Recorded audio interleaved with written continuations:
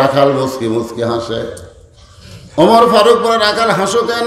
বলে, হাসার কারণ হলো তুমি কি জানো না আমি একজন রাখাল? আমি একজন রাখাল হইয়া মসজিদের ভিতরে সামনে কাতারে কেমনে যাই?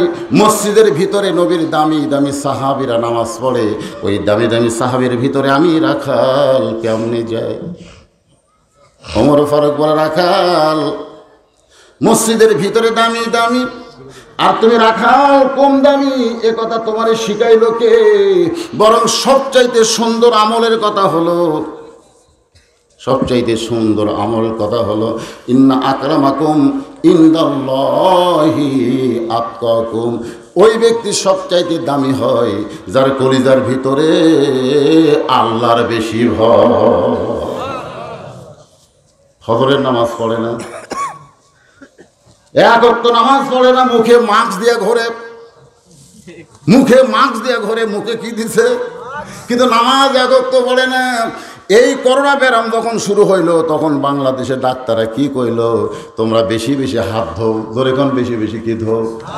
বেশি বেশি হাত ধোয়ার কথা বর্তমানে নাই। যারা প্রকৃত নামাজি, যেদিন থেকে নামাজ চালু হয়েছে সেদিন থেকে দৈনিক 5 বার ওযু করার কথা আছে না নাই? আর ওযু করার সময় একই হাত কয়বার ধোয়া হয় আপনি কি খেয়াল করছেন? বাগান গো, 5 ওয়াক্ত নামাজ যারা ওযু করে নামাজ পড়ে তাদের জন্য হাত ধোয়ার আবার আলাদা দরকার আছে, দরকার আছে। নামাজ পড়ে না কিন্তু মুখে মাস্ক দিয়ে ঘোরে, এরা মৃত্যুর ভয় করে কিন্তু আমার আল্লাহর ভয় করে না। আল্লাহ বলেছেন ওই ব্যক্তি সবচাইতে দামি হয়, ইন্না আকরামাকুম ইনদাল্লাহি আতকাকুম। ওই ব্যক্তি সবচাইতে দামি হয় যার কলিজার ভিতরে আল্লাহর বেশি ভয়। ওমর ফারুক বলে, রাখাল ভিতরে গুলো দামি দামি, তুমি কোন দামি? এ কথা তোমারই কে কইল? বরং সামনে কাতারে গিয়ে তুমি নামাজ পড়ো। রাখাল বলতেছে, পথিক আমি বারান্দায় নামাজ পড়ি, সামনে কাতারে কেমনে যাই? ওমর ফারুক বলতেছেন, যখন ফজরের আজান দেবে ওই আজান শোনার সঙ্গে সঙ্গেই তুই মসজিদে রওনা দিবা। রাখাল বলে, পথিক রে, ফজরের আজান শুনে মসজিদে রওনা দিলে যদি সামনে কাতার না পাই, এই জন্যে আমি আজকে এশার নামাজ পড়ার পরে আর বাড়িতে যাব না। রাখাল হযরত ওমরকে বলতেছে, এশার নামাজ আদায় করে আর বাড়িতে যাব না, ওই মসজিদ নববীতে থাকবো, ফজরের নামাজ সামনে কাতারে ধরার চেষ্টাই করব। ওমর ফারুক বলে, রাখাল এশা থেকে ফজর আর ফজর থেকে জোহর এই 2 ওয়াক্ত নামাজ লম্বা হওয়ার কারণ কি তুমি জানো? ওমর ফারুক রাখালকে বলতেছে, 5 ওয়াক্ত নামাজের মধ্যে 3 ওয়াক্ত তাড়াতাড়ি। জোরে কোন কয় ওয়াক্ত? জোরে কোন কয় ওয়াক্ত? আসর মাগরিব আর এশা খালি আজান হতেইছে। জোরে কোন কথা ঠিক কিনা? মাগরিবের নামাজ এদিকে পড়া শেষ না হতে ওইদিকে এশার নামাজে আজান শুরু হয়েছে, আর এখন আসর পড়তেই মনে হয় বেল ডুবতেছে। জোরে কোন কথা ঠিক কিনা? এই দেওয়া আজান। 3 ওয়াক্ত নামাজ খালি তাড়াতাড়ি, আর 2 ওয়াক্ত নামাজ লম্বা। একটা হলো এশা থেকে ফজর আর একটা হলো ফজর থেকে জোহর। এই 2 ওয়াক্ত নামাজ লম্বা হওয়ার কারণ কি? সাহাবীরা বললেন, ইয়া রাসূলুল্লাহ, মেহেরবানি করে যদি একটু আমাদের বলতেন। রাসূল বললেন, তাহলে শোনো, ফজর থেকে জোহর লম্বা সময় তোমরা দুনিয়ার কাজ কাম করবে। ফজর থেকে জোহরের মধ্যে যে লম্বা সময় পাইবা, এই লম্বা সময় তোমরা দুনিয়ার কাজ কাম করবা। আর এশা থেকে ফজর পর্যন্ত মাঝখানে লম্বা সময় পাইবা, এই সময় তোমরা ঘুম পেড়ে ওই ক্ষয় কাজ কাম করে যে দেহের ক্ষয় হয়েছে ওই ক্ষয়টা আল্লাহ তোমাদের পূরণ করে দিবে। তাহলে এশা থেকে ফজর এই যে মাঝখানের সময় কি পড়া লাগবে? এ কথা কন না কেন, কি পড়া লাগবে? আল্লাহ রাসূল বলেছেন, এশার নামাজের পরে তোমরা কোনো গাল গল্প করো না, বরং তোমরা ঘুমিয়ে যাবে। তাহাজ্জুদের মহব্বত এবং ফজরের জামাত যেন আদায় হয়। জোরে বলেন সুবহানাল্লাহ। ওমর ফারুক বললেন, রাখাল এশার নামাজের পর থেকেই যদি তুমি ফজরের নামাজ সামনে কাতারে পড়ার চিন্তা করো আর তোমার চোখে যদি ঘুম ধরে তাহলে তুমি কি করবা? রাখাল মুসকে মুসকে হাসের বলে, পথিক ঘুমটা যদি ধরে তাহলে মসজিদের ভিতরে এক জায়গায় ঘুমায়া যাব। যেই বলেছে মসজিদের ভিতরে এক জায়গায় ঘুমায়া যাব, ওমর ফারুকের চেহারা রক্তের মতো লাল হয়ে গেছে। রাখাল বলে, পথিক তোমার চেহারা লাল করেছো, তুমি কি রাগ করছো নাকি?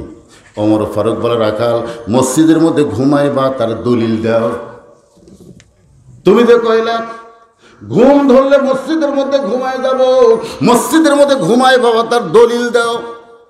কারণ আল্লাহ কোরআনে বলেছেন, ফাইদা কুদিয়াতিস সালাতু ফান্তাশিরু ফিল আরদ, নামাজ যখন হয়ে যাবে তখন মসজিদ থেকে জমিনে বের হওয়ার হুকুম কার? এখন দেখবেন অনেক লোকেরা কিন্তু জোহর নামাজ পড়ে চলে গেছে, এরকম যায় কি যায় না, কিন্তু ৩-৪ জন এরা মসজিদে 4টা ফ্যান দিয়ে মসজিদের মধ্যে গল্প করতেছে। এবার যে আলুর বাজার গেল ভাই, সামনে আলুর বাজার কমবে কেন? অনেক লোক আলু লাগাচ্ছে, দেখছিস পেঁয়াজের বাজার উঠতে উঠতে আবার কমছে রে। এলা গল্প করতেছে, মাথার উপর ফ্যান ঘুরতেছে। ফেরেশতাকে আল্লাহ সবাই বাড়িতে গেল, এই 4টা বাড়ির যায় না, তোমার ঘরে গল্প করে আর মাথার উপর ফ্যান ঘুরে, এরকে খবর কি? আল্লাহ বলতেছে, যারা নামাজ বাদ দিয়ে ওয়াজাতা মাথার উপর ফ্যান ঘোরালো, এই ফ্যানের বিল ওই আলাদা না দেওয়া পর্যন্ত জান্নাত যাবার পারবে না। মসজিদের বাপের ঘর না যে ইচ্ছা মতো ফ্যান ঘুরে ভিতরে, কথা ঠিক কিনা? মসজিদের বাপের ঘর। ছোটবেলায় আমরা শুনছি কেউ পেঁয়াজ কাঁচা রসুন খাই মসজিদে ঢুকলাক বাইর করে দিচ্ছে, এই তোর মুখ গন্ধায়, মসজিদে কাঁচা পেঁয়াজ খায় রসুন খাই কেউ ঢুকবার পারেনি। আর এখন মসজিদের মধ্যেই কুটতিছে, মসজিদে পেঁয়াজ কুটতেছে, পেঁয়াজ কুটা মুড়ি মাখতিছে, মানে মসজিদের বাপের রান্নাঘর, ইচ্ছা মতো পাক কর নাকি? বলেন মসজিদের গুরুত্ব আছে না না? আছে না না? ওমর ফারুক বললেন, রাখাল বরং ফজর আজানের গুরুত্ব দিও। রাখাল বললেন, ঠিক আছে, আমি ফজর আজান দেওয়ার সঙ্গে সঙ্গে মসজিদ যাওয়ার চেষ্টা করব, কারণ আজকে হযরত ওমরকে আমার দেখতেই হবে। জোরে কোন সুবহানাল্লাহ। ফজরের নামাজের আজান যে মাত্র শুরু হয়েছে। রাখাল এতদিন নামাজ পড়তো বারান্দায়, জোরে বলেন কোথায়? কিন্তু আজকে নামাজ পড়বে সামনে কাতারে। আপনারা বলেন তো, বারান্দায় যারা নামাজ পড়ে আর যারা সামনে কাতারে নামাজ পড়ে, এদের দুইজনের কাছে আজানের গুরুত্ব কি সমান? বারান্দায় যারা নামাজ পড়ে এরা খেলে আকামতের ধান্দা, ঘুরে দেখবার বলবে আকামত কখন দিবে, আকামত কখন দিবে। বিশেষ করে বাজার এলাকায় বেশি হয়, যারা দোকানদারি করে সবসময় ঘড়ি দেখে, কয়টা 4টার সময় আসরের নামাজ, কয়টার সময়? 4টার সময়। যেই দেখে 3 মিনিট আছে তাড়াতাড়ি তালা দিয়ে দৌড়ে গেছে, যাই দেখে গোটা মসজিদ ফুল, বারান্দাত খাড়া হয়ে আল্লাহু আকবার আল্লাহু আকবার নিয়ত করছে। হাত এরকম বান্দার সাথে সাথে মন বলতেছে, তাড়াতাড়ি তো তালা লাগাইলি চাবি। এটা না বান্দা পর্যন্ত কিন্তু মিন শাররিল ওয়াসওয়াসিল খান্নাস, ভিতরে একটা খান্নাস আছে, এটা নাই, এই ওয়াসওয়াসা দিবে না। হাত যেই বানছে তোকে তালা লাগাইছিস, চাবি।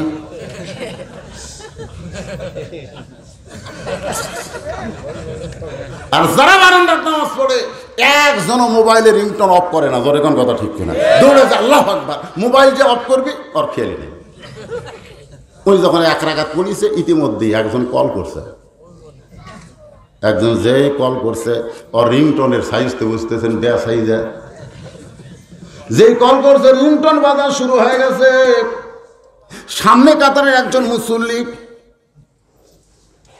সামনে কাতারে একজন মুসল্লি, শালারে মানে নামাজ পড়তে, শালারে মানে ব্রেক আটকার পারেনি, ফুস করে বার হয়ে গেছে, শালারে।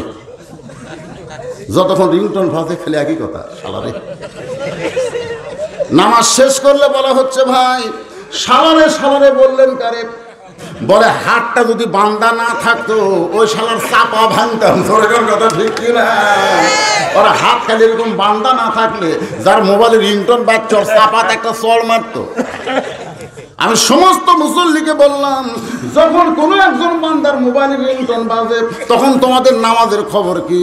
সমস্ত নামাজি বলতেছে তখন আমাদের মন ওই মোবাইলের রিংটোনের দিকে যায়। এই জন্য আমি বলবো, কেউ যদি নামাজের নিয়ত করার পরে মোবাইলের রিংটোন বাজে, নামাজ বাদ দিয়ে তাকে রিংটোন বন্ধ করা লাগবে, কারণ তার একার কারণে অনেক লোকের নামাজ নষ্ট হয়ে যায়। ধরে কোন ঠিক কিনা? আর এই রিংটোন বাজে কাদের? যারা বারান্দায় নামাজ পড়ে। আমার কথা কাদের বাজে? যারা সামনে কাতারে নামাজ পড়ে। এর কি রিংটোন জীবনে বাজবে না, কারণ মোবাইল আগেই মসজিদ কি কয়, মোবাইল বন্ধ করো, কয় কি কয় না, কয় কি কয় না, কিন্তু শেষে যারা রাখছে ওরা শুনবার বাসা। রাখাল এতদিন নামাজ পড়তো কোথায়, কিন্তু আজকে নামাজ পড়বে সামনে কাতারে। আজান শোনার সঙ্গে সঙ্গে সিনা টান করে রাখাল মসজিদ দিকে হাঁটা শুরু করলো। ফজরের নামাজ সিনা টান করে যারা মসজিদে হাঁটে, দৈনিক 5 বার যারা মসজিদ থেকে বাড়ি থেকে মসজিদে যায়, এদের জন্য নতুন করে ডায়াবেটিসের হাঁটার আর দরকার নাই, ওই হাঁটাটাই আল্লাহ কবুল করে নেন। বারান্দায় গিয়ে বলতেছে রাখাল, রে বারান্দা, এতদিন বাহিরে নামাজ পড়েছি, আজকে ভিতরে নামাজ পড়তে চাই, সুবহানাল্লাহ কোন। এই বলে রাখাল মসজিদের মধ্যে ঢুকতেছে। এতদিন রাখাল নামাজ পড়েছে বারান্দায়, আজকে মসজিদের ভিতরে ঢুকবে। আপনারা বলেন তো ভিতরে ঢোকার নিয়ম আছে না নাই? কি নিয়ম? এই যে আমার ভাই বলতেছে ভিতরে ঢুকতে গেলে ডান পায়ে ঢুকতে হবে। শুধু ডান পায়ে ঢুকলে হবে না, জবান খুলে একটা দোয়া পড়তে হবে। সকলে পড়েন, আল্লাহুম্মা আফতাহ লি আবওয়াবা রাহমাতিক। রাখাল দোয়াটা পড়ে ডান পা দিয়ে যেই মাত্র ভিতরে ঢুকছে, সামনে যাওয়ার চাই। প্রত্যেকটা সাহাবী নড়ে সরে রাখালকে সামনে যাওয়ার রাস্তা করে দেয়। রাখাল চোখের পানি বের করে বলে, আল্লাহ, বাহিরে থাকলাম ভাবলাম কি, আর ভিতরে ঢুকে দেখতেছি কি। এতদিন মনে করেছিলাম বা ভিতরে দামি দামি সাহাবী, কিন্তু আজকে ভিতরে ঢুকে দেখতেছি আমিও যা এরাও তাই। এতদিন রাখাল বাড়া থাকে কি ভাবছে, কথা বুঝতেছেন না? ভিতরে হলো দামি দামি সাহাবী, কিন্তু আজকে ভিতরে ঢুকে দেখতেছে আমিও যা ওরাও তাই। এতদিন ফকির মনে করত আমি হলাম ফকির, আর বাদশাহ শাহজাহান হলো বাদশাহ, এটা হলো বাহিরের কথা। এতদিন ফকির জানতামই ফকির, আর ওটা হলো বাদশাহ শাহজাহান। কিন্তু একদিন রাজদরবারের ভিতরে গিয়া প্রধানমন্ত্রীকে ফকির বলতেছে আমি একটু বাদশাহ শাহজাহানের কাছে যাবার চাই। প্রধানমন্ত্রী বলতেছে এখন তো রাজদরবারে নাই, ওই যে ছোট্ট ঘর, ওই ঘরের মধ্যে বাদশাহ ঢুকছে। এবার ফকির ঘরের কাছে গিয়া দেখে দরজাখানা বন্ধ। একটা জানালার পাল্লা দিয়ে তাকায় দেখে গোটা ঘরের ভিতরে মাত্র মানুষ একজন। দুইখানা হাত তুলে বলতেছে, ও বাদশার বাদশাহ, তোমার দরবারে আমি ফকির। দুই চোখ দিয়ে দর দর করে পানি পড়তেছে। ফকির মনে মনে কয়, আল্লাহ রে, এতদিন মনে করতাম আমি হলাম ফকির আর ভিতরে হলো বাদশাহ, কিন্তু আজকে ভিতরে ঢুকে দেখতেছে আমিও যাও তাই, আমিও ফকির ও ফকির। কোনো কিছু যদি জানতে চান এটা বাহিরে থাকলে জানতে পারবেন না, এটা ভিতরে ঢুকে দেখতে হয়। জোরে কোন কথা ঠিক কি না? আমরা যখন বাহিরে থাকি, বাংলাদেশ বিএনপি, আওয়ামী লীগ, জামাত ইসলাম, জাতীয় পার্টি, এরকম বহু দল আছে না নাই? জোরে কোন, বাহিরে বহু দল আছে না নাই? ধরেন 20 দল আর 14 দল, এত দল আমাদের বাংলাদেশে। কিন্তু মুয়াজ্জিন যখন আজান দেয়, এই আজান শোনার সঙ্গে সঙ্গে যারা মসজিদের ভিতরে যায়, আওয়ামী লীগ বলেন, বিএনপি বলেন, জাতীয় পার্টি বলেন, জামাত বলেন, যারা মসজিদের ভিতরে যায়, আপনারা বলেন তো মসজিদের ভিতরে কোনোদিন 20 দল 14 দল দেখছেন? বরং সমস্ত দল এক কাতারে দাঁড়ায় গেছে। আমি নিজের চোখে দেখছি, ডান পাশে আওয়ামী লীগ, বাম পাশে বিএনপি, মাঝখানে জামাত। যুদ্ধ অপরাধী মাঝখানে, ডান পাশে কে? আওয়ামী লীগ, বাম পাশে বিএনপি, মাঝখানে জামাত। আওয়ামী লীগ 4 আঙ্গুল সামনে গেছে, জামাত ইসলাম হাত ধরে টানতেছে আর বলতেছে লাইনও তাই, লাইনও তাই। আওয়ামী লীগ তো এই যুদ্ধ অপরাধ আমাকে টানিস কেন এ কথা বলবে? বরং আওয়ামী লীগ নিজের দিকে তাকায় আফসোস করে বলতেছে আমি খেয়াল করিনি ভাই, আমি খেয়াল করিনি ভাই। ফেরেশতা বলে আল্লাহ, বাহিরে 14 দল 20 দল, কিন্তু ভিতরে যায় সবাই কাতার সোজা করতেছে, ব্যাপার কি? আল্লাহ বলে রে ফেরেশতা সাক্ষী থাকো, যতদিন বাংলার মুসলমান বাহিরে থাকবে ততদিন তারা দলাদলি করবে, আর যেদিন আল্লাহর কোরআনের ভিতরে আসবে সেদিন সব মুসলমান এক দল হয়ে যাবে। তাহলে ভিতরে ঢোকার দরকার আছে না নাই? আল্লাহ বলেছেন উদখুলু ফিস সিলমি কাফা, পুরোপুরি ভাবে তোমাদেরকে ভিতরে ঢুকতে হবে। এই যে শীতের কাল আসতেছে, আপনারা বলেন তো, কঠিন শীত যখন হবে আপনি কি পুরাপুরি কম্বলের মধ্যে ঢুকবেন? আদা আদি কথা হয় না, পুরাপুরি ঢুকবেন। মন বলতেছে, আপনি মনে করতেছেন সবই ঢুকলেন, কারণ পাও দুটা বার করে তুলেন। আমার দুটা পা বার হয়ে আছে, কম্বল দিয়ে গোটা দেহ ঢাকছি, আপনি বলেন শীত আটকান যাবে? তাহলে কি বুঝতেছেন? পুরাপুরি ভিতরে ঢুকতে হবে আল্লাহর বান্দারা। রাখাল যাইতে যাইতে যাইতে যাইতে একেবারে সামনে কাতারে গেছে, মেহরাব বরাবর। মেহরাব তো বোঝেন না? মেহরাব বরাবর সামনে কাতারে রাখাল 2 রাকাত সুন্নত নামাজ পড়েছে। ফজরের পূর্বে 2 রাকাত সুন্নত আছে না নাই? সর্বসাকুল্যে 12 রাকাত সুন্নত আপনাদের পড়া লাগবে। 5 ওয়াক্ত নামাজের মধ্যে সুন্নত হলো 12 রাকাত। জোরে বলেন কয় রাকাত? ফজরের পূর্বে 2 রাকাত, যোহরের পূর্বে 4 রাকাত, যোহরের পরে 2 রাকাত, আর এশার পরে 2 রাকাত, মাগরিবের পরে 2 রাকাত। এই সর্বসাকুল্যে 12 রাকাত। 17 রাকাত হলো ফরজ, আর 12 রাকাত হলো সুন্নত, আর বেতের হলো 3 রাকাত। তাহলে সুন্নত কয় রাকাত? ফজরের পূর্বে কয় রাকাত? পড় না কেন? ছেলেরা সুন্নত পড়ে না নাকি? জুমার দিনে যাবে শেষে, আসবে আগে। সব ছেলেকে আমি দেখি সবার শেষে আসে, আবার সবার আগে বাইর হয়ে যায়। জিজ্ঞেস করা হয়, একেবারে জুম্মার নামাজের সুন্নত নাই? উঠে পড়ি না, 5 ওয়াক্ত তো ধরিনি হুজুর, কারণ জুম্মা ধরছি, তাও সুন্নত পড়ি না। আল্লাহ কোরআনে বললেন, ক্বাদ আফলাহা মান তাযাক্কা ওয়া যাকারা ইসমা রাব্বিহি ফাসাল্লা। খালি নামাজ পড়লেই তোমাদের নামাজ হবে না, নামাজের ভিতরে কিছু নিয়ম কারণ আছে না নাই? রাখাল ফজরের 2 রাকাত সুন্নত নামাজ আদায় করে চুপটি করে বসে আছে, শুধুমাত্র হযরত ওমরকে এক নজর দেখবে। সুবহানাল্লাহ। কিন্তু একজন সাহাবী মসজিদের মধ্যে ঢুকেই দেখে জায়গা দখল। যেই জায়গা রাখাল চুপটি করে বসে আছে, ওই জায়গার একজন মুসল্লি, তার নাম হলো হযরত ওসমান গনি। জোরে বলেন নাম কি? আল্লাহর নবী বলেছেন, আমার আবু বকর যখন ইমামতি করবে, আবু বকর বরাবর যিনি পিছনে থাকবে তার নাম হলো হযরত ওমর। ওমর যখন ইমামতি করবে, ওমর বরাবর পিছনে যিনি থাকবে তার নাম হলো ওসমান। ওসমান যখন ইমামতি করবে, ওসমান বরাবর যিনি পিছনে থাকবে তার নাম হলো আলী। আর হযরত আলী যখন ইমামতি করবে, আলী বরাবর পিছনে। এই কথা বলে নবী চুপ হয়ে গেলেন। সাহাবীরা বলে, ইয়া রাসূলুল্লাহ, হযরত আলী যখন ইমামতি করবে, আলী বরাবর পিছনে কে থাকবে? রাসূল বললেন, মা ইয়ানতিকু আনিল হাওয়া ইন হুয়া ইল্লা ওয়াহয়ুন ইউহা। আমি নবী বলতে পারি না যতক্ষণ আমার আল্লাহ না বলায়। সুবহানাল্লাহ না কেন? এর দ্বারা রাসূল বুঝাইলেন, আবু বকর থেকে হযরত আলী পর্যন্ত হলো খোলাফায়ে রাশেদা। যখন হযরত ওমর নামাজ পড়ায়, ওমর বরাবর পিছনে কে থাকে? জোরে কন না কেন, কে থাকে? কিন্তু ওসমান গনি ঢুইকে দেখে জায়গা দখল,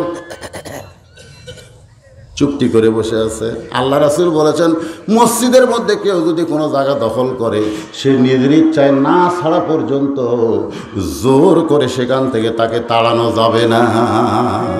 কথাটা খেয়াল করছে?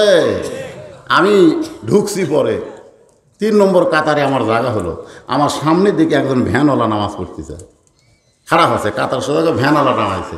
আমি কি বলতে পারি, এই ভ্যানওয়ালাই, এই আমি একটা হুজুর মানুষ, আমার পিছনে তুই সামনে কেন? এ কথা বলা হলো কবিরা গুনাহ। আর ভ্যানওয়ালা যদি বলে, হুজুর আপনি পিছনে কেন থাকবেন, আপনি সামনে আসেন, এটা জায়েজ আছে, কিন্তু আমি তাকে সরাবার পারবো না। সে যদি সরে আমাকে সামনে দাঁড়ানো দেয়, এটা জায়েজ আছে। ওসমান গনি তাকায় দেখেন চুপটি করে বসে আছে। এখন কি করবেন ওসমান গনি? ওই রাখালের পাশে ফজরের 2 রাকাত সুন্নত নামাজ আদায় করলেন। নামাজ 2 রাকাত শেষ করে রাখালের চেহারার দিকে তাকায় বলে, ভাইজান আপনাকে কোনোদিন আমি সামনে কাতারে দেখি নাই, আজকে প্রথম সামনে কাতারে দেখতেছি। ওসমান গনি হলো নরম মানুষ, সুন্দর করে বলতেছে ভাইজান আপনাকে কোনোদিন সামনে কাতারে দেখে নাই, আজকে প্রথম সামনে কাতারে দেখতেছি। রাখাল চিল্লায় বলে আমি বারান্দায় নামাজ পড়ি, আমি সামনে কাতারে নামাজ পড়ি না, আজকে সামনে কাতারে আইছি দেখার জন্যে, দেখা হলেই চলে যাব, আর কোনোদিন সামনে কাতারে আসবো না। ওসমান গনি থর থর করে কাঁপতেছে। রাখালের একটা কথা আপনারা বুঝতে পারেন নাই, কিন্তু ওসমান গনি বুঝতে পেরেছে। রাখাল বলতে সামনে কাতারে আইছি দেখার জন্যে, দেখা হয়ে গেলেই চলে যাবো, আর কোনোদিন আসবো না। ওসমান গনি বলে রাখাল ভাই, ওসমান গনি বলতে যে ভাইজান আপনি সামনে কাতারে আসলেই দেখবেন, আর দেখা হলে আপনি চলে যাবেন, কিন্তু আপনি জানেন না ওই দেখার আশায় আজকে বহু বছর হলে সামনে কাতারে নামাজ পড়ি, আজ পর্যন্ত আমার দেখা হইল না। ওসমান গনি রাখালকে বলতেছে শুধুমাত্র দেখার আশায় বহু বছর হলে সামনে কাতারে নামাজ পড়ি, আজ পর্যন্ত দেখা হইল না। রাখাল দেখতে চায় হযরত ওমরকে, আর ওসমান গনি দেখতে চায় নামাজের মালিক আল্লাহকে। একটু খেয়াল করবেন, রাখাল দেখতে চায় হযরত ওমর আল্লাহওয়ালা, জোরে কোন কিওয়ালাকে, আর ওসমান গনি দেখতে চায় আল্লাহকে। কারণ রাসূল বলেছেন আনতাবুদুল্লাহ কাআন্নাকা তারাহু ফাইল্লাম তাকুন তারাহু ফাইন্নাহু ইয়ারাকা। রে আল্লাহর বান্দারা, যদি ইবাদতের মধ্যে শামিল হও, ইবাদতের মালিক আল্লাহকে দেখতে পাবে। যদি আল্লাহকে দেখা সম্ভব না হয়, আল্লাহ যে তোমাকে দেখতেছে এই বিশ্বাস তোমার কলিজার মধ্যে আসবে। আমরা যখন মসজিদে নামাজ পড়তে যাই, আপনারা বলেন তো আল্লাহ কি আমাদের দেখে? কথা কেন, আল্লাহ কি আমাকে দেখে নাকি? আমার এক চাচা আছে, গরমের ভিতরে গামছা গাওয়ার দিয়ে নামাজ পড়ে। যখন কি গাওয়ার দিয়ে, এরকম 4 হাতা গামছা গাওয়ার দিয়ে মসজিদে আসতেছে। আমি বললাম চাচা গামছা গায়ে মসজিদে আসতেছেন, আমাকে বলে ফতুয়া দে, ফতুয়া দে, গামছা গায়ে নামাজ হবে না, ফতুয়া দে। আমি বললাম চাচা আমি বলতেছি নামাজ হবে না এই কথা না, আপনি আল্লাহর ঘর মসজিদে গামছা গায়ে আসতেছেন তাই বলতেছি। তখন বলে এই জন্যই তো তোরকে বিপদ রে, মৌলবি করে মানুষ দেখা পারে না। আমি বললাম চাচা রাগ করছেন, বোঝা গেল। এই গামছা গাওয়ার দিয়ে আপনি জামাইয়ের বাড়ি যাওয়ার পারবেন? এই গামছা গাওয়ার দিয়ে আপনি বিয়ের বাড়ি যাওয়ার পারবেন? আমার চাচা রাগ করে বলতেছে তুই কি মনে করিস আমি ফকির? এই বছর আমি 4টে পাঞ্জাবি বানাচ্ছি, এই বছরে। তো এই বছরে যে 4টে পাঞ্জাবি বানাই, সে গামছা গাওয়ার দিয়ে জামাইয়ের বাড়ি যায়? আমি বললাম চাচা জামাইয়ের বাড়ি যাওয়ার পারবেন না, বিয়ের বাড়ি যাওয়ার পারবেন না, আর আল্লাহর ঘর মসজিদে গামছা গায়ে আসতেছেন, আপনার কি মনে হয় রাজাদিরাজ সমস্ত বাদশার বাদশা আল্লাহর দরবারে আপনি হাজির হচ্ছেন? দলে কোন কথা ঠিক কি না? যদি আপনার কাপড় না থাকতো সেটা ভিন্ন কথা, কিন্তু আছে তো। এই জন্য আল্লাহর বান্দারা যখন মসজিদে যাবেন সবচাইতে সুন্দর পোশাক পরে যাবেন, শালীন পোশাক পরে যাবেন, তাকওয়ার পোশাক পরে যাবেন, যেমন তেমন পোশাক পরবেন না। অনেকে দেখবেন এমন টাইট ফুল প্যান্ট পরে মসজিদে নামাজ পড়তে গেছে, এরকম আছে না নাই? এমন একটা শার্ট পরছে, শার্ট হলো টিকনা বরাবর, টিকনা বরাবর শার্ট পরে রুকুর থেকে যে সেজদাত গেছে ওই জিনিস ইনকে টেবা হয়ে আছে, ফুলে আছে, ওই ভিতরে যে মালটা আছে এই মালটা বাইরের দিকে ফুলে আছে। কি মনে করতেছেন? আপনি যখন রুকুতে সেজদা যান আপনার পাশে কেউ নাই? এই কেউ নাই? যদি হঠাৎ ওই টেবা জিনিস দেখবার পাই, ওর কাবা পরিবর্তন হয়ে যাবে। দরকার কথা ঠিক না? এই জন্য পিছনের সাইড ঢাকার মতন একটা পাঞ্জাবি পরবেন, একটা পাঞ্জাবি পরবেন। পাঞ্জাবি পরলে ওই পিছনের টেবাটা দেখা যাবে না। দরকার কথা ঠিক কিনা? লেবাস তাকওয়া, শালীন পোশাকের কথা ইসলামে আছে না না?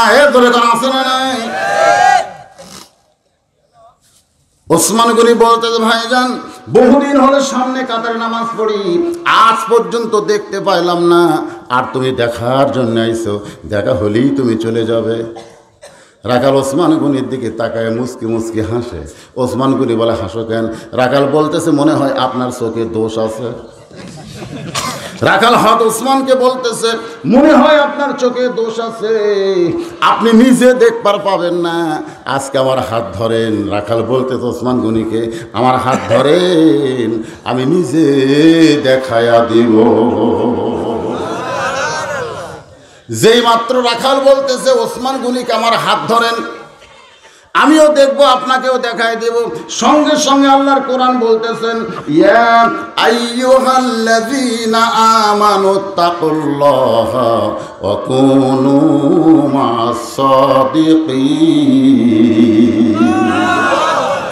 রে ঈমানদার বান্দারা, আল্লাহর ভয় যদি তোমাদের কলিজার মধ্যে সব সময় রাখতে চাও, তাহলে একজন আল্লাহওয়ালা সাদিকিন বান্দার সাথী হও। তাহলে যদি আপনার সাথী হবার চান, আল্লাহওয়ালা সাদিকিন বান্দার সাথী হওয়া লাগবে, ভণ্ডের সাথে হওয়া যাবে কথা গান যাবে নাকি?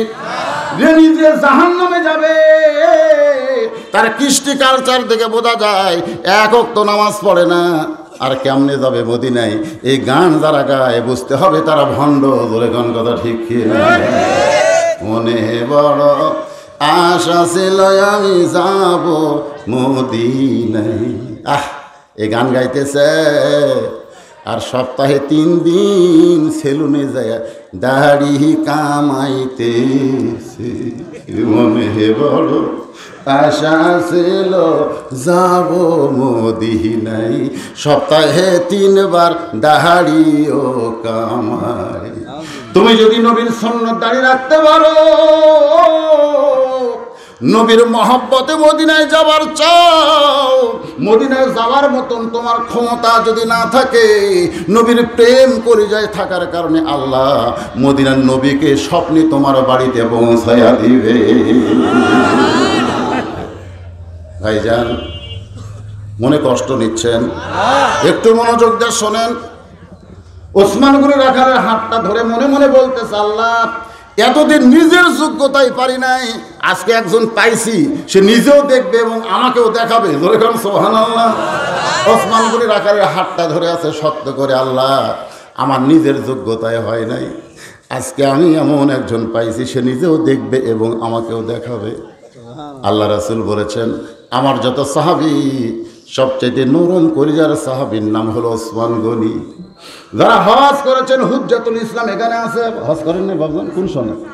যারা হজ করেছেন তারা ওই মদিনায় গেলে নবীর রওজা জিয়ারতের পরে সকালবেলা তাদের 1 নম্বর কাজ হলো জান্নাতুল বাকি জিয়ারত করা। যেই জান্নাতুল বাকির মধ্যে নবীর 10,000 সাহাবী ঘুম পাড়তিছে। 10,000 রে, 10,000 সাহাবী। আর আমাকে ওই অলি না কলি জানি না, মিশা ঢিবির মতন কবর বেলে, তার উপর লাল কাপড় দিয়ে,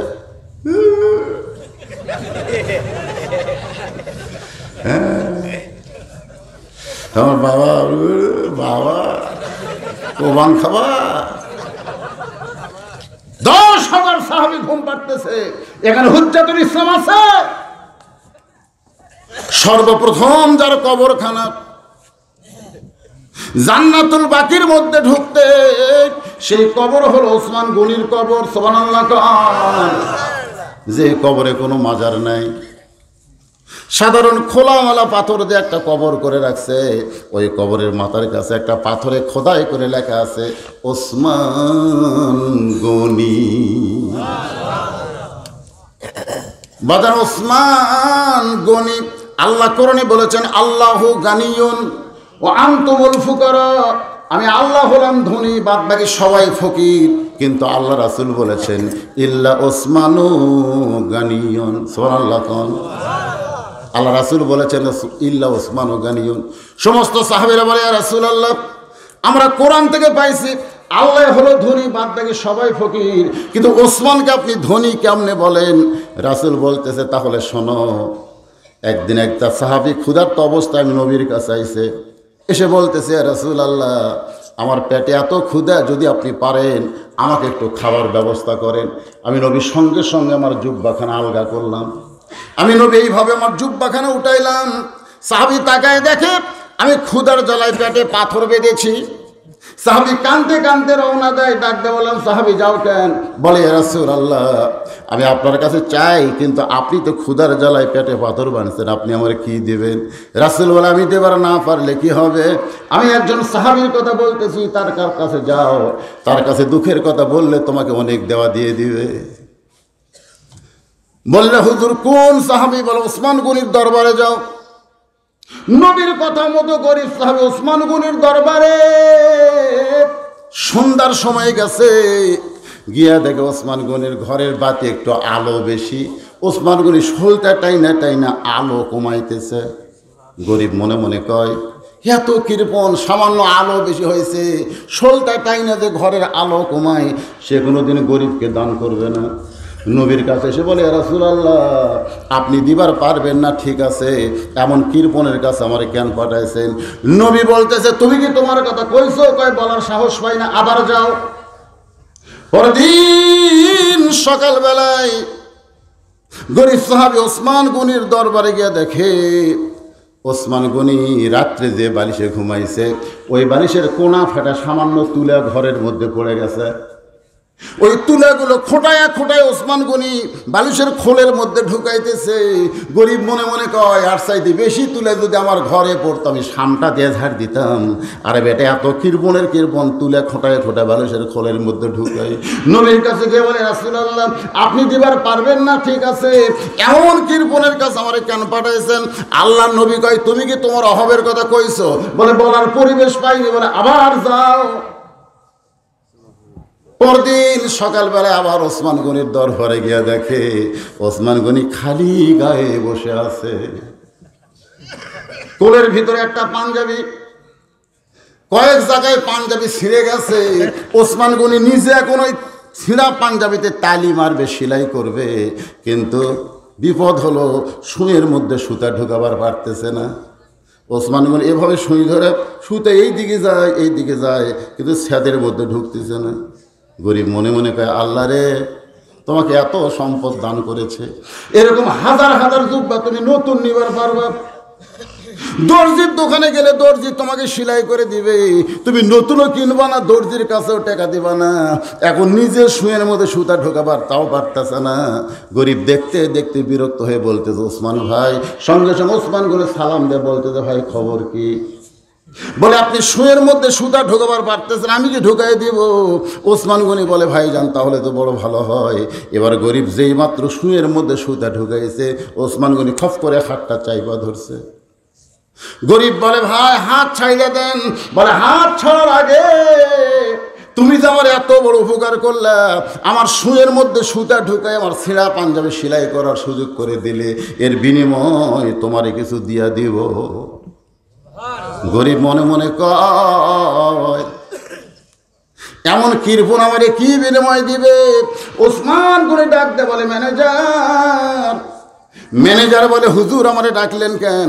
বলে, ম্যানেজার, তুমি কি জানো, আমার ভাই আমার সুয়ের মধ্যে সুতা ঢুকাইয়া আমার ছিঁড়া পাঞ্জাবি সেলাই করার সুযোগ করে দিল, এর বিনিময়ে আমার ভাইকে 100 উট দিয়া দাও। গরিব বলে, হুজুর আপনি কি পাগল নাকি?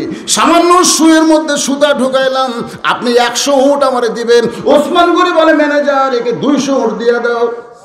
গরিব বলে, হুজুর আপনি কি পাগল হয়েছেন নাকি? সামান্য সুয়ের মধ্যে সুতা ঢুকাইলাম, তার বিনিময়ে আপনার 200 উট আমারে দিবেন। ওসমান গনি বলে, ম্যানেজার, ওই ফার্মে কত উট আছে? বলে, 2000-এর মতো। বলে, সব আমার ভাইরে দিয়া দাও। গরিব বলে, হুজুর সামান্য সুয়ের মধ্যে সুতা ঢুকাইলে আপনি যদি আমার 2000 উট দেন, তাহলে আমি পরপর 3বার কি দেখলাম? পরপর 3বার কি দেখলাম? ওসমান গনি বলে, কি দেখছো ভাই?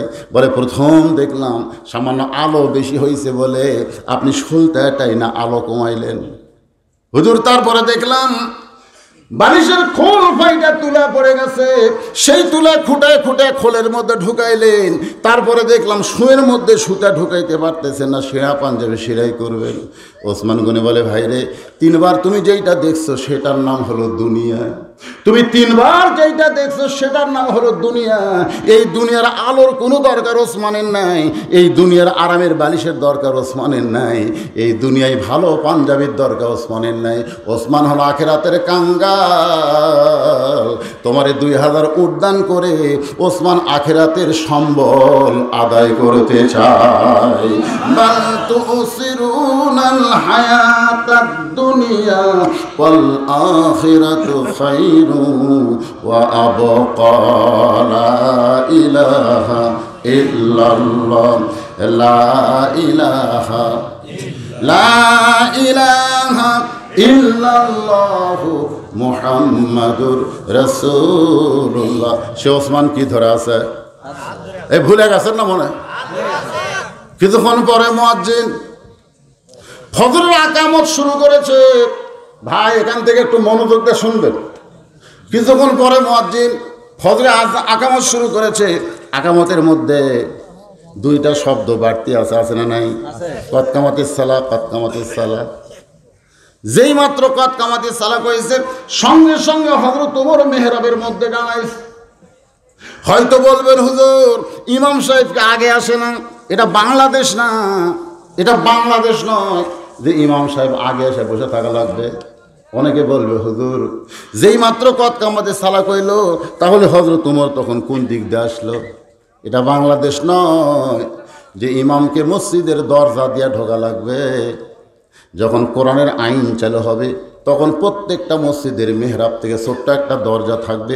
দরজার ওই পারে নেতা ইমামের রেস্ট করার জন্য একটা আলাদা বিশ্রাম ঘর থাকবে। কোরআনের আইন চালু হলে ইমাম হবে বাংলাদেশের সবচাইতে বড় নেতা। জোরে কথা ঠিক কিনা? যেই মাত্র কদ কামাতিস সালাহ, ওসমান গনি কিন্তু রাখালের হাত ধরে আছে। এমন সময় হযরত ওমর মেহরাবের মধ্যে ঢুকছে। হযরত ওমর মেহরাবের মধ্যে ঢুকছে, সঙ্গে সঙ্গে রাখাল আল্লাহু আকবার। ওসমান গনি হাত ছাইড়া দিয়ে বলে, ভাইজান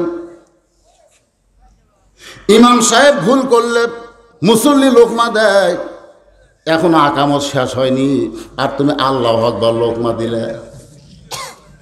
সঙ্গে সঙ্গে রাখাল বলতেছে, এই জন্যই তুমি কানা। রাখাল হযরত ওসমান গনিকে বলতেছে, এই জন্যই তুমি কানা, দেখবার এসে দেখবার পাও না। বাজান একটু খেয়াল করবেন, দ্বিতীয় কাতারের একজন সাহাবী দৌড়ে এসে রাখালকে হ্যাঁচকে টান দিয়ে বলতেছে, এই পাগল, তুই কারে কানা বলতেছিস? কারে কানা বলতেছিস? কার সঙ্গে বেয়াদবি করতেছিস? এই মহান ব্যক্তিকে তুই চিনিস? রাখাল ছোট বাচ্চার মতন কান্দার বলে, আমি বারান্দাত নামাজ পড়ি, মসজিদের ভিতরে কোনোদিন আসি নাই। এই ব্যক্তিকে আমি চিনবো কেমনে? সাহাবী বলতেছে, যাকে তুই কানা কানা বলতেছিস এই মহান ব্যক্তি হলো আল্লাহর নবীর ডবল জামা।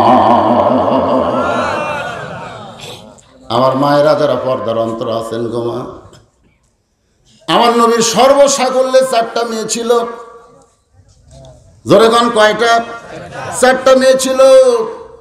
একটা মেয়েকে বিয়ে করেছিল হযরত ওসমান, মেয়েটার নাম হলো রোকেয়া।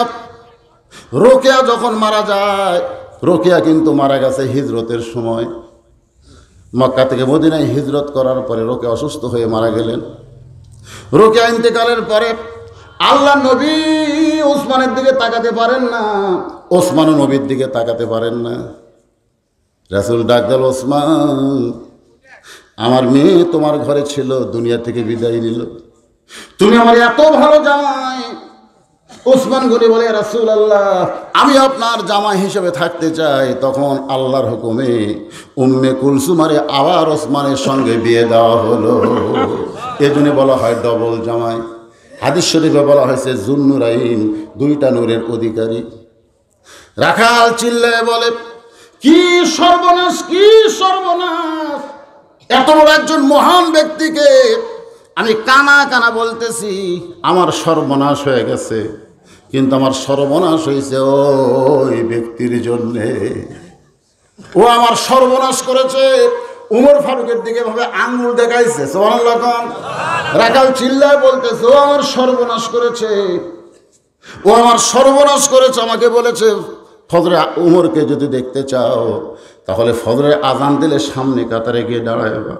আমি সামনে কাতারে শুধুমাত্র হযরত উমরকে দেখার জন্যে, শুধুমাত্র হযরত উমরকে দেখার জন্যে। কিন্তু এই পথিককে আমি যখন সামনে কাতারে দেখতে পাই তখন আমার এত রাগ হয়ে গেল, মেহরাবের মধ্যে দেখার সঙ্গে সঙ্গে আল্লাহু আকবার বলে আমি লোকমা দিলাম। আমি লোকমা দেওয়ার কারণে হলো ওই পথিককে আমি ওই জায়গা থেকে সরাইয়া ওই জায়গাতে হযরত উমরকে আমি এক নজর দেখতে চাই। হাজার হাজার সাহাবীরা কাঁদতেছে, সমস্ত সাহাবীরা কান্দে। রাখাল চিল্লায় বলে, আল্লাহ, বারান্দায় নামাজ পড়া ভালো, এই ভিতরে কেন কান্দাকান্দি শুরু হয়ে গেল? ওসমান গনি বলে, রাখাল ভাই, সমস্ত সাহাবীরা কান্দে তোমার কথায়, কারণ তুমি যাকে পথিক পথিক বলতেছো তিনি হলেন হযরত ওমর। গাছের গোড়া কাটলে গাছটা যেমন ঠাস করে পড়ে যায়, রাখাল দৌড়ে ওমর ফারুকের সামনে তেমনি পড়ে কাটা মুরগির মতন ছটফট করে বলে, আমিরুল মুমিনিন, আমি আপনাকে তওবা পড়াইছি, আমি আপনাকে মুনাফিক কইছি, আমি আপনাকে ভণ্ড কইছি, এত কথা বলার পরেও এর অধম রাখালকে আপনি কিছুই বলেন নাই। এত কথা শোনার পরেও অধম রাখালকে আপনি কিছুই বলেন নাই। সমস্ত মসজিদের সাহাবী চিৎকার করে বলতেছে, এই পাগল কে রে, মসজিদের ভিতরে ঢুকে অর্ধ পৃথিবীর খলিফা হযরত ওমরকে বলতেছে, আমি আপনাকে তওবা পড়াইছি, আমি আপনাকে মুনাফিক কইছি, আমি আপনাকে ভণ্ড কইছি, এ কে রে? সমস্ত সাহাবী যখন চিৎকার করে সঙ্গে সঙ্গে ওমর ফারুক বলতেছে, রে নবীর সাহাবীরা, আকামত যখন হয়ে গেছে তখন নামাজ শুরু হবে। নামাজ শেষ করার পর এর বিচার কি হবে আমি তোমাদের সকলের সামনে আল্লাহর কোরআন দিয়া দেখাবার চাই। লিল্লাহি তাকবীর। ভাইজান, যে কোরআনের মাহফিলে আপনারা এসে কোরআন থেকে আলোচনা শুনতেছেন, আমি বর্তমান পরিস্থিতিকে সামনে নিয়ে লম্বা কোনো কথা বলতে পারতেছি না, কারণ আপনাদের চেয়ারম্যান সাহেব আমাকে বলেই গেছে, হুজুর বেশি রাত পর্যন্ত ওয়াজ করার পরিবেশ নাই, বড় চাপে পড়ে গেছি। সেই চাপের উপর কথা আমি দীর্ঘ সময় ধরে বলতেছি, আরও আপনাদের শোনাবো, কারণ মারাত্মক জায়গায় রাইখা দিয়েছি। ওমর ফারুক বললেন, ফজরের 2 রাকাত নামাজ শেষ করার পরে এর পরিচয় কি আমি আল্লাহর কোরআন থেকে তোমাদেরকে দেখায়া দিব।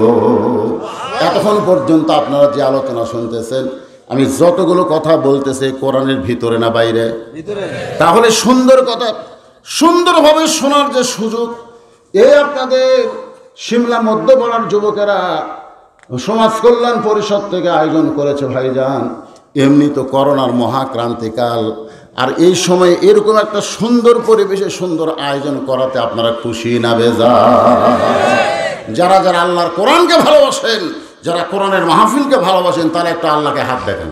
যারা বাসেন লিল্লাহি তাকবীর। মাশাআল্লাহ, মাত্র 5টা মিনিট, একটা লোক ওটা বসা করবেন না। আমার কলজা ভরে গেছে, যে কয়েকজন লোক ফাঁক ফাঁক হয়ে বসার কথা, তারপরেও চাপাচাপি হয়ে আপনার যারা বসে আছেন, মাশাআল্লাহ দীর্ঘ সময় কথা শুনতেছেন, আরও শুনবেন।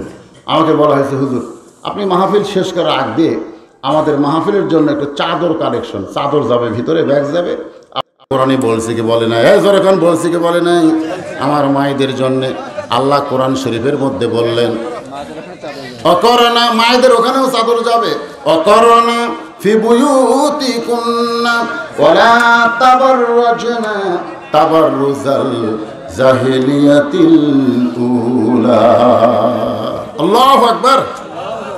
আমার মেয়েদের জন্য, মায়েদের জন্য বলতেছি, মা, আল্লাহর হুকুম হলো তোমরা ঘরের মধ্যে অবস্থান করো, তোমরা ঘরের বাহির হও না। কোনো প্রয়োজনে যদি ঘরের বাহির হও তাহলে হেজাব নিয়ে, পর্দা নিয়ে বের হওয়া লাগবে। ওই জাহিলি যুগের মেয়েদের মতন সাজগোজ করে বের হওয়ার কোনো পারমিশন নারীদের নাই। এ হুকুম কার? তাই মায়েদের বলতেছে, মা, সবচাইতে দামি জিনিস কিন্তু ভিতরে থাকে। সব চাইতে দামি জিনিস কিন্তু ভিতরে থাকে। সোনার দাম বেশি না কম? এই সোনা কিন্তু কেউ দরজার কাছে রাখে না, জানলার কাছে রাখে না, এটা যত্ন করে ভিতরে রাখে। আমার খাওয়ার যত জিনিস আমরা খাই, একটা জিনিস বাহিরে নেই, সব কিছু আল্লাহ প্যাকেট করে রাখছে। আমার মা বোনেরা অত্যন্ত দামি বলে তাদেরকে আল্লাহ পর্দার মধ্যে থাকার হুকুম করেছে। আমার মায়েরা পর্দার মধ্যে থাকবেন, পর্দার ভিতর থেকে সব কিছু আপনারা করতে পারবেন। মা, আল্লাহর আইন পর্দা যদি আপনারা মানেন, আল্লাহ পাক আপনাদের হেফাজতের দায়িত্ব নিয়ে নিবে। এই মাঝখানে ওঠা বসা শুরু হলো কেন? হ্যাঁ, যে কয়জন টাকা তুলতেছে তারাই শুধু মাঝে দাঁড়াবে, বাদ বাকি আপনারা উঠেন কেন? একটু মহব্বত নিয়ে জিকির করেন, লা ইলাহা ইল্লাল্লাহ, লা ইলাহা ইল্লাল্লাহ, লা ইলাহা ইল্লাল্লাহ, লা ইলাহা ইল্লাল্লাহ, লা ইলাহা ইল্লাল্লাহ, লা ইলাহা ইল্লাল্লাহ, লা ইলাহা ইল্লাল্লাহ, লা ইলাহা ইল্লাল্লাহ মুহাম্মাদুর রাসূলুল্লাহ সাল্লাল্লাহু আলাইহি ওয়াসাল্লাম। ফজরের নামাজ শেষ, এই ফজরের নামাজ শেষ, সমস্ত সাহাবীরা ওমর ফারুকের দিকে তাকায় আছে। কার দিকে তাকাইছে? ওমর ফারুকের দিকে তাকায় আছে। এখন ওমর ফারুক কি বিচার করে? তাকে তওবা পড়াইছে, তাকে মুনাফিক কইছে, তাকে ভণ্ড কইছে। এর বিচার হযরত ওমর কি করে দেখার জন্য সমস্ত সাহাবীরা তাকায় আছে। আপনারা বলেন তো, বিচারক কি হযরত ওমর না আল্লাহ? আল্লাহ কোরআনে বলেছেন, ইন্নাল্লাহা ইয়ামুরুকুম আন তুআদ্দুল আমানাতি ইলা আহলিহা ওয়া ইযা হাকামতুম বাইনান নাস আন তাহকুমু বিল আদল। যখন কোনো বিচারকের আসনে বসে বিচার করবে, সে যদি একটাবার চিন্তা করে আমি বিচারক না, বিচারক হলো আমার আল্লাহ, আমি বিচার করব, আমার ইচ্ছা মতো করব না, আল্লাহর আইন মোতাবেক বিচার করব, তাহলে আপনারা বলেন তো বিচার সঠিক হবে কি হবে না? এটার নামই হলো আহসানু আমল। আজকে আমাদের বাংলাদেশের বিচারের খবর কি? ও যে আমারও আজ শোনেন নাই, 5 বছর ধরে আম বাগানে চাষ করছে রাজশাহীর আম। 5 বছর পর জ্যৈষ্ঠ মাসে বাগানের মালিক দেখতে গিয়ে দেখে ছোট এক ছেলে গাছের ডালে বসে আম পাড়তেছে আর ব্যাগ ভরাচ্ছে। বাগানের মালিক কয়, আমি খাই নাই, আমার পরিবারের কেউ খায় নাই, তুই আমার গাছে তোর আম পাড়তেছিস, তোর বাপকে গিয়ে বিচার দিব। ছেলে খালি মুচকি মুচকি হাসে। বাগানের মালিক বলে, হাসিস কেন? ছেলে বলতে, কোথায় গিয়ে আপনি বিচার দেবেন? আমার বাপকে কোথায় গিয়ে বিচার দেবেন? আমার বাবাও আর এক গাছও চড়ছে, আমার বাপকে কোথায় যা বিচার দিবেন? বাবা তো আর এক গাছের চড়ে বসে আছে। বাগানের মালিক তাকায় দেখে ওর বাপ খালে আম পাড়ে আর বস্তা ভরায়, মাটিতে বসে কান্দের, বলে আল্লাহ বিচার দিব কার কাছে? বেটাও চোর, বাপও চোর। আজকে আমাদের বাংলাদেশে বিচার নিবার গেলে অনেকের এরকম টেনশন হয় কি হয় না? কে বিচার করবে, কি বিচার করবে? বিচার আছে কেবারে? হ্যাঁ, কোন বিচার আছে? ওমর ফারুক বিচার করবে, সাহাবীরা দেখার জন্য তাকিয়ে আছে। রাখাল ওমর ফারুকের পিছনে ফজরের 2 রাকাত নামাজ আদায় করছে ঠিকই, কিন্তু নামাজের মধ্যে থাকতে পারেন নাই। খালি বারবার একটা কথা মনে হয়েছে, যেই মানুষকে দেখার জন্য আমি সারা জীবন সাধনা করেছি, আমার দুনিয়ার চাহিদা হলো ওমরকে এক নজর দেখা, যাকে দেখার জন্য আমি সারা জীবন সাধনা করেছি, আর সেই মানুষকে তওবা পড়াইছি, সেই মানুষকে মুনাফিক কইছি, সেই মানুষকে ভণ্ড কইছি। বিচার কি হয় হোক সেইটা ব্যাপার না। রাখাল নামাজের মধ্যে খালি একই চিন্তা করছে, আমি সর্বনাশ হয়ে গেছি, সর্বনাশ হয়ে গেছি। বাজান যেই মাত্র নামাজ শেষ, সমস্ত সাহাবীরা ওমরের দিকে তাকিয়ে আছে।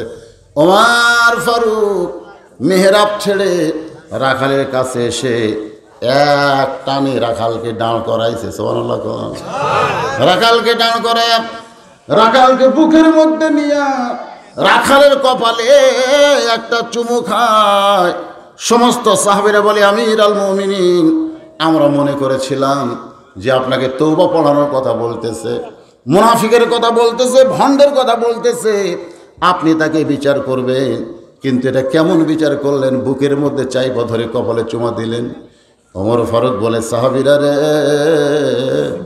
আমি রাখালকে দেখি নাই। এত কথা হজম করার পিছনে কারণ হলো আমি রাখালকে দেখি নাই, রাখালের ভিতরে আমার আল্লাহর কোরআনকে দেখতে পাই। লিয়াবলুয়াকুম আইয়ুকুম আহসানু আমালান, সবচাইতে সুন্দর আমলের পরীক্ষা হবে। সবচাইতে সুন্দর আমল হলো আল্লাহর কোরআন অনুযায়ী আমাদের চলা লাগবে। যদি কোরআন অনুযায়ী চলি তাহলে কানার হাতি দেখার মতন হবে হবে না, সব কথা এক হয়ে যাবে। আমরা চোখ নিয়ে দেখতে চাই, আর এই মুমিন মুসলমানের চোখের নাম হলো আল্লাহর কোরআন। আমরা বলি না আল কোরআনের আলো, কথা কি বুঝতেছেন? কোরআন একটা আলো, এই আলোর মাধ্যমে আমাদের দেখতে হবে। ভাইজান, সেই কোরআন থেকে আমি আপনাদের সামনে দীর্ঘ সময় আলোচনা করলাম। বাকি হচ্ছে আমাদের আমল। আমরা আমল শুরু করে দেই। অল্প দিনের ভিতরেই কিন্তু ইমাম মেহেদী আলাইহিস সালাম দুনিয়াতে আসবেন। অল্প দিন। সমস্ত আলেমরা বলতেছে কতদিন সেটা বলে নাই, কিন্তু অল্প দিনের কথা বলতেছেন। হয়তো আমাদের হায়াতি হতে পারে, জোরে যখন পারি কি পারে না। আমরা কি কখনো মনে করছিলাম করোনা নামক মহামারী আসবে? এরকম পৃথিবী থেকে 12-13 লক্ষ মানুষ মরে যাবে। আমাদের বাংলাদেশ থেকে 6,000-এর বেশি মানুষ মারা গেছে।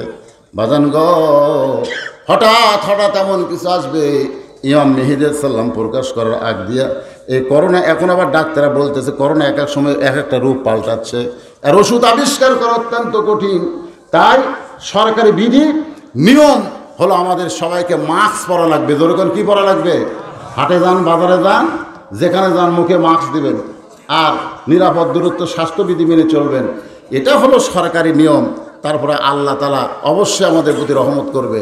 আল্লাহর নিয়ম হলো 5 ওয়াক্ত নামাজ আমাদেরকে আদায় করতে হবে, 5 বার ওযু করতে হবে, সুন্দর সুশৃঙ্খল এবং পরিষ্কার পরিচ্ছন্ন বজায় রাখলে ইনশাআল্লাহ এই করোনা মহামারী থেকে আল্লাহ আমাদের হেফাজত করবে। সবাই বলে আল্লাহুম্মা আমিন। যারা দাঁড়িয়ে আছেন সবাই বসেন, ইস্তেগফার পড়ে আস্তাগফিরুল্লাহ রব্বি মিন কুল্লি জামবি ওয়া তুবু ইলাইহি, আস্তাগফিরুল্লাহ রব্বি মিন কুল্লি জামবি ওয়া তুবু ইলাইহি, লা হাওলা ওয়ালা কুওয়াতা ইল্লা বিল্লাহিল আলিয়্যিল আযীম।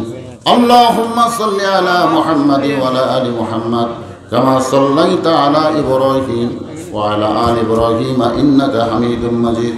আল্লাহুম্মা বারিক আলা মুহাম্মাদি ওয়া আলা আলি মুহাম্মাদ কামা বারাকতা আলা ইব্রাহিম ওয়া আলা আলি ইব্রাহিম ইন্নাকা হামিদুম মাজিদ। সভাপতি কিছু বলবেন? মুরব্বী কিছু বলবেন? হ্যাঁ, আপনার সাথে আলাপ করে বলার কিছু নাই। জি, একটা অন্ধ হাফেজ বলতেছে আমি এখানে ওয়াজ করছি। এর আগেও একে আপনারা দেখেছেন, চেনেন, ইউটিউবের মধ্যেও দেখবেন। বক্তা বদরুশের সাথে অনেক মাহফিল, অনেক বক্তার সঙ্গে এসে থাকার একটা মূল উদ্দেশ্য হলো সে একজন বক্তা হবে। কিন্তু দীর্ঘ অনেক বছর হলো সাথে থাকতেছে, কিন্তু বক্তা হিসেবে দাওয়াত পাচ্ছে না। সমস্যা এই জায়গায় বহুদিন। আমি যতদিন ওয়াজ শুরু করছি, আমার শুরুর থেকেই ছিল ছোট বাচ্চা। এখন তো অনেক বড় হয়ে গেছে, ছেলে হয়েছে, ছেলেকে বিয়েও করাইছে, মানে এখন শ্বশুর হয়ে গেছে।